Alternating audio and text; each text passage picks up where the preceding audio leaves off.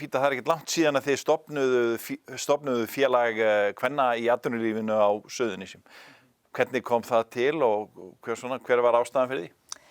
Við stofnum FKA á Suðurnesjum, ég og Guðni Birna Guðmundsdóttir. Við vorum búin að vera FKA-konur í nokkur ár og þurftum að sækja þjónustan til Reykjavíkur og okkur fannst við eigum mjög flotta konur hérna á Suðurnesjum sem við þurfum að varpa ljósi á eða setja meira í svissljósi og okkar félag svona meira að uppfylla þarfir konur á Suðurnesjum. Við erum með aðeins öðruvísi þarfir en annars staðar á Íslandi. En hver svona áherslan í þessu starfi hjá ykkur í félaginu? Það fyrst og fremst að efla konur á Suðurnesjum, varpa ljósi á það sem þeir eru að gera, hvar eru þær, í hvaða stjörnunastöðu eru þær, getum við eflt þær, getum við lært af þeim, þannig aðalega að efla konur og eiga gott félagskap. Hvernig staða, kvenna í atvinnulífinu á Suðurnesjum? Hvernig metið þið þetta? Er þið eitthvað búin að sjá þá stöðu?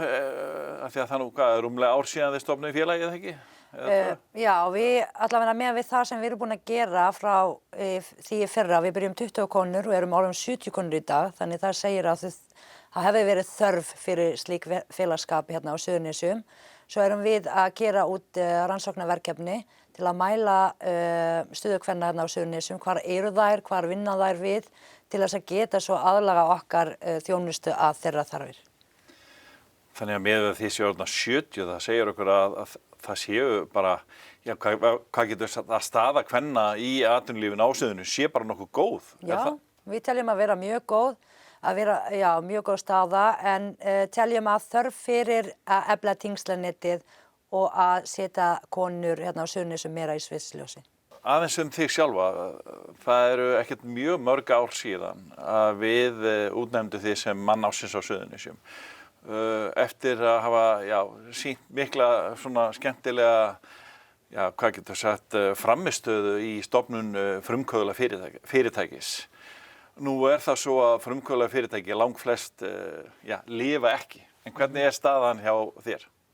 Við lifum það af, við erum ennþá að lífi, þannig staðan góð og við erum að vaxa. Við höfum verið að vaxa tekulega sé 20% milli ára. Við erum komin með vörunar okkar á 13 markaði. 70% af okkar tekjur koma erlendis frá. Þannig að þetta byrjaði bara sem hugmynd hjá Keili og í dag erum við frekar á mælikvarða sprota fyrirtækja á Suðurnesjum erum við frekar stór og þetta bara mikið vinna og þrautseigja og það gerist ekki bara af sjálfan sér en við erum mjög ánægð með árangurinn sem við erum komin. Það segja okkur í stuttu máli hvað reksturinn ykkar snýst. Hvað það að gera? Við erum, Geosilica heitir fyrirtæki sem bara eiginlega spin-off frá háskólanum. Þar sem við erum að nýta steinefni sem fella til við jarðvarmavirkjana til framleiðslu á fæðubótaefni. Stuttu máli. Já. Og hvernig vörur þetta? Þetta fæðubótaefni til inntöku í vökvaformi 300 millilítrar. Við mælum með að taka bara matskeið á dag, þannig 1 flaska dugar í mánuð og í hverju skamt ráðlega dagskamt af mismunandi steinefni. Við erum með D-vitamin, járn, kísil, magnesium, sink og kópar og mismunandi áhrifslur, hárhúðu, neglur, vöðva, tauga, hugur og orka. Þannig ég mæli með að skoða vörurnar okkar á geosilica.is. Og þetta fyrir alla eða eitthvað sérstakann aldur eða bæði kyn og allt saman? Já, þetta fyrir alla og það bara mælt með að við tökum til aukalega við okkar mataræði, steinefni og vítaminum til þess að efla líkamann, rosalega mikið stress og álag og þá missum við töpum steinefni, gott að bæta við þar sem líkamann framleiðir ekki steinefni.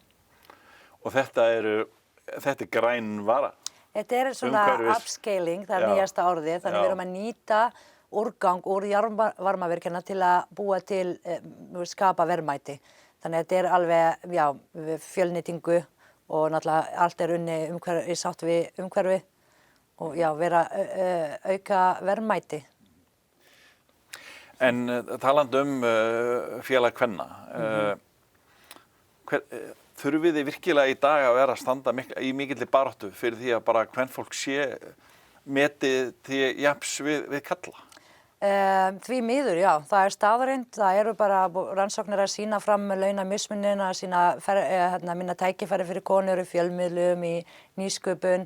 Ég mikið inn í nýsköpunarheimur og fjármagn til kvenlítu verkefni var í fyrra aðeins 2%, 98% á allri fjármagn hérna á Íslandi fór til karllítu verkefni eða blandaði teymi og bara 2% sem fór til kvennalítu verkefni og sama staða á Norðurlöndum, þannig við þurfum alltaf, þetta ekki eitthvað barátta sem maður talar það og svo það búið, þetta stanslaust að vera að minna á sig og að sækjast eftir réttindi sína að vera jafningi, við erum bara alveg eins og við leggjum alveg það sama fram og við eigum skilið að fá það sama tilbaka, þannig já, við þurfum að minna á það því miður. Þannig að þú ert bara bjartsýn? Ég mjög bjartsýn, alltaf.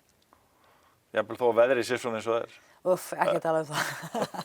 Ég smá afneitun, en það góð erfitt að gerast hérna hjá Geosilika, FKA hérna á Suðurnesjum að vaxa. Við munum halda landsbyggðarráðstefnan, verður að halda í fyrsta skipti á Suðurnesjum og þá fáum við 70 til 100 konur af allstar frá FKA konur sem koma og gista hér og við verðum með flott erindi og skemmtilega dagskrá fyrir þá. Svo vorum við í dag með erindi sem Steinunn Snorradóttir hélt sem námsstjóri hjá Ísafja og þar fjallar hún góð samskipti og við höfum gott að læra góð samskipti, getur nýtist okkur vel heima vinnunni. En það hefur verið svona, við höfum verið að tala þetta innan FKA, maður lendir stundum í erfiða aðstæðum á fundi, að vera að tala yfir mann eða vera að hunsa skoðanir eða eitthvað svoleiðis, hvernig á maður að haga sig, hvernig á að bregðast við og fengum erindi í dag hjá henni Dennu og sem hjálpar okkur að vaxa í starfinu. Þannig að þið eru stöðugt að reyna að mæta með ykkur svona skemmtileg erindi og fræðslu á ykkar hittinga, á ykkar fundi. Já, það fræðsla, við skiptum fræðsla, tengslanetmyndun, skemmtun og svo eitthvað útivist. Glæsilegt. Bara til hamingju með þetta og takk fyrir komuna. Takk fyrir.